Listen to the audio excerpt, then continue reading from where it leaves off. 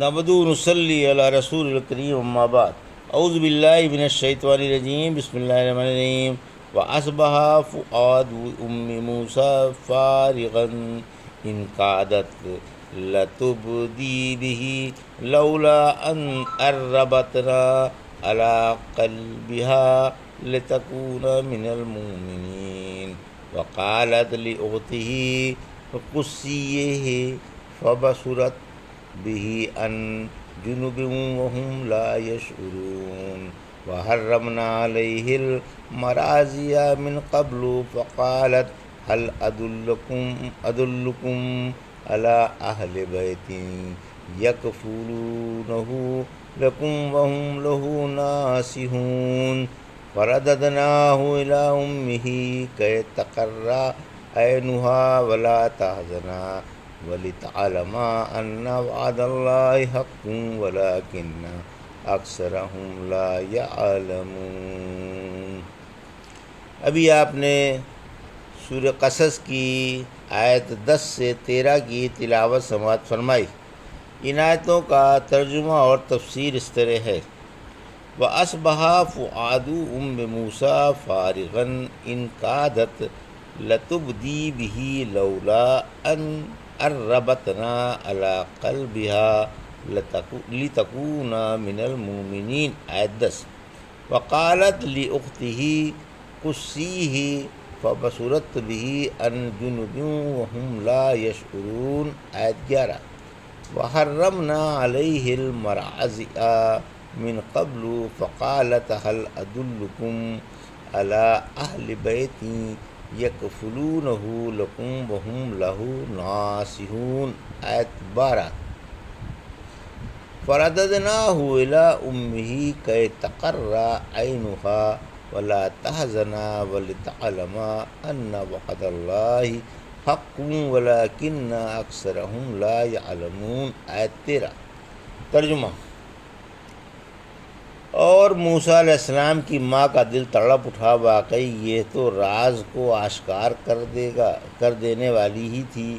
اگر ہم اس کا دل مضبوط نہ کرتے اور اسے ڈھارس نہ دلا دیتے تاکہ وہ یقین کرنے والوں میں سے رہے۔ اس نے اس کی بہن سے کہا، اس کے پیچھے پیچھے جا۔ آخرکار وہ اسے دور سے دیکھتی رہی اور انہیں اس بات کی خبر بھی نہ ہوئی۔ ہم نے پہلے ہی موسیٰ علیہ السلام پر دائیوں کا دودھ حرام فرما دیا تھا۔ اس نے کہا، کیا میں تمہیں ایسا خاندان بتاؤں جو اس بچے کی تمہاری وجہ سے پرورش پر راضی ہو جائے اور اس کا خیر خواہ بھی ہو۔ آخرکار ہم نے اس بچے کو اس کی ماں کے پاس واپس کر دیا تاکہ اس کی آنکھیں ٹھنڈی رہے اور ملول بھی نہ رہے اور اسے معلوم ہو جائے کہ اللہ کا وعدہ سچا ہے، لیکن اکثر لوگ یقین نہیں کرتے۔ یہ تھا ترجمہ سورہ قصص کی آیت 10 سے 13 کا۔ تفسیر آیت 10۔ بچے کے بہہ جانے پر ماں کی بے قراری۔ جب یہ معصوم بچہ دریا میں بہہ گیا تو اس کی ماں کے دل کی جو حالت ہوئی اس کا بیان ہے کہ ان کے دل میں بحر غم موسیٰ کے اور کچھ نہ تھا۔ ہر وقت اس کی چاند سی صورت آنکھوں میں پھرتی رہتی تھی اور انہیں ہر وقت اس کی دھن سوار تھی۔ اس کے لیے سخت بے چین و بے قرار اور اشکبار تھیں۔ ان کا غم و رنج اور حزن و ملال حد تک پہنچ گیا تھا کہ وہ مارے غم کے اس راز کو افشا ہی کر دیتی اگر ہم ان کے دل کو ڈھارس نہ دلاتے اور انہیں صبر و ضبط کی توفیق نہ دیتے۔ وہ گھبرا کر لوگوں سے کہہ دیتی کہ میرا لاڈلا اس طرح بہہ گیا ہے، مگر اللہ نے انہیں صبر و ضبط عطا فرمایا اور وہ یہ راز چھپاتی ہی رہیں۔ آیت 11۔ ماں نے بچی سے صندوق کی دیکھ بھال کے لیے کہا۔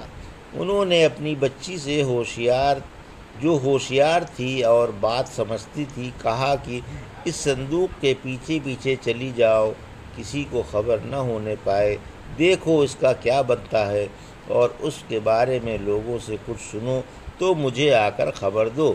چنانچہ اپنی والدہ کا حکم سن کر حضرت موسیٰ علیہ السلام کی ہمشیرہ ایک گوشے سے دور سے کنارے کنارے اس صندوق کو بہتا ہوا دیکھتی رہی۔ اور آگے بڑھتی رہیں، گویا انہیں اس سے کوئی تعلق ہی نہیں۔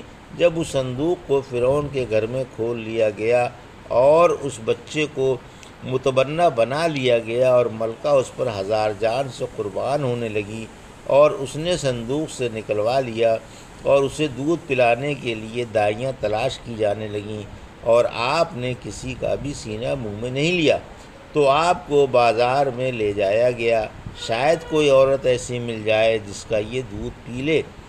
جب ان کی ہمشیرہ نے لوگوں کے ہاتھوں میں اپنے ننھے منھے خوبصورت بھائی کو دیکھا تو پہچان گئیں، لیکن یہ بات کسی پر ظاہر نہیں ہونے دی اور نہ لوگوں کو کچھ کھٹکا ہوا۔ آیت 12۔ موسیٰ علیہ السلام نے کسی کا دودھ نہیں پیا، فرمایا کہ ہم نے ان کی ہمشیرہ کے آنے سے پہلے ہی دائیوں کا دودھ اس بچے پر حرام کر دیا تھا۔ یہ تقدیری حرمت تھی، کیونکہ اللہ کو ان کی بزرگی کو برقرار رکھنا اور ماں کے علاوہ کسی اور عورت کے دودھ سے محفوظ رکھنا منظور تھا۔ یہی بات انہیں ان کی ماں کی گود میں پھر لے آئے گی، تاکہ ماں ہی دودھ پلائے اور خوف کے بعد بے خوفی سے پلائے۔ موسیٰ علیہ السلام کی ہمشیرہ نے موسیٰ علیہ السلام کی ماں کا حوالہ دیا۔ پھر جب ان کی ہمشیرہ نے یہ دیکھا کہ لوگ حیران ہیں کہ بچہ کسی کا دودھ منہ میں لیتا ہی نہیں، اب کریں تو کیا کریں، تو کہنے لگیں کہ میں تمہیں ایک دودھ پلانے والی عورت بتاتی ہوں جو اس کی خیر خواہی سے پرورش کرے گی۔ اس بات سے لوگوں کو شبہ ہو گیا اور ان سے پوچھا گیا کہ تم کو یہ کیسے معلوم ہوا کہ وہ عورت اس کی خیر خواہ ہوگی اور کمال پیار و محبت سے پرورش کرے گی؟ انہوں نے کہا، افسوس تم یہ موٹی سی بات بھی نہیں سمجھ سکتے۔ بھلا کون ایسی بدبخت عورت ہوگی جو ملکہ کو خوش کرنے کے لیے اس سے فائدہ اٹھانے کی امید پر اس کے بچے سے محبت و پیار نہ کرے گی اور اس کی پوری دیکھ بھال نہ کرے گی؟ جب لوگوں نے یہ معقول بات سنی تو شبہ دور ہو گیا اور پوچھا کہ بتاؤ وہ کون عورت ہے؟ یہ میں بچے کے لوگوں کو لے کر اپنے گھر آئیں اور اپنی ماں کے پاس لوگوں کو لے جا کر کہا کہ یہ بچہ کسی کا دودھ منہ میں نہیں لیتا، شاید آپ کا دودھ منہ میں لے لے۔ ملکہ کو اس کے لیے ایک دودھ پلانے والی کی تلاش ہے۔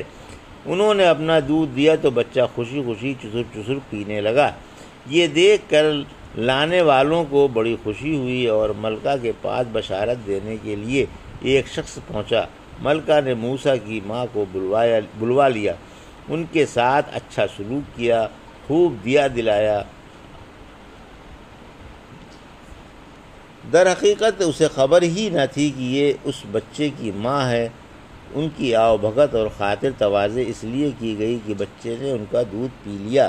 پھر ملکہ نے ان سے درخواست کی کہ آپ شاہی محل میں قیام فرمائیں اور بچے کو دودھ پلاتی رہے، مگر انہوں نے انکار کر دیا اور کہنے لگیں، ماشاء اللہ میرے شوہر بھی ہیں اور اولاد بھی، میں شاہی محل میں تو قیام نہیں کر سکتی، مجبور ہوں، اگر آپ چاہیں تو میں بچے کو گھر لے جا کر دودھ پلاتی رہوں۔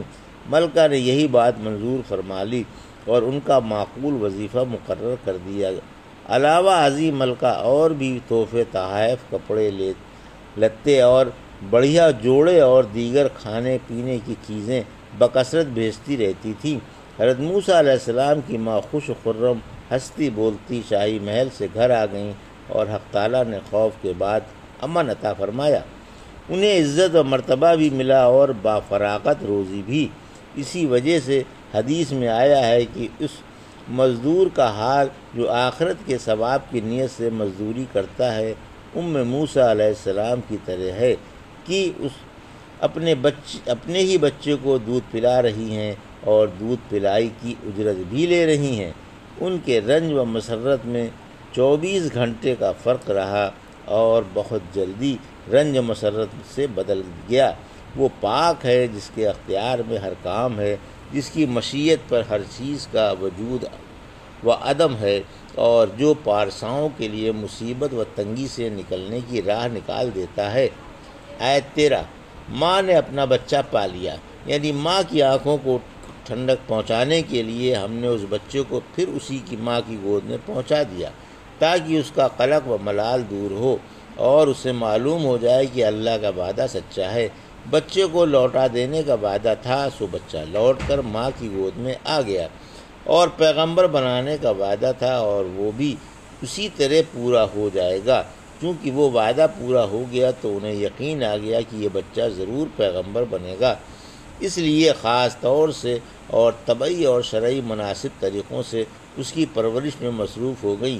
پھر فرمایا کہ اکثر لوگ اللہ کے کاموں کی حکمتوں سے اور ان کے قابل تعریف نتائج سے ناآشنا ہوتے ہیں۔ ان کے نتائج دنیا اور آخرت میں اچھے ہی ثابت ہوتے ہیں۔ ہو سکتا ہے کہ ایک کام بظاہر طبیعت کو برا معلوم ہوتا ہو، مگر حقیقت میں اس کا انجام اور نتیجہ اچھا ہو اگر وہ اللہ کا حکم ہو۔ فرمایا سورہ بقرہ کی آیت 216 میں، شاید تم کسی کام کو ناپسند کرو اور وہ تمہارے لیے بہتر ہو، اور شاید تم کسی کام کو پسند کرو اور وہ تمہارے حق میں اچھا نہ ہو۔ نتائج کا علم اللہ کو ہے، تم کو نہیں۔ سورہ نساء کی آیت 19 میں فرمایا، شاید تم کسی چیز کو پسند نہ کرو اور اس میں اللہ تمہارے لیے بڑی بھلائیاں ودیعت فرما دے۔ یہ تھا سورہ قصص کی آیت 10 سے 13 کا ترجمہ اور تفسیر جو بھی آپ نے سماعت فرمائی۔ بارک اللہ لی و لکم فی القرآن الحکیم و نفعنی و ایاکم بآیات الذکر الحکیم۔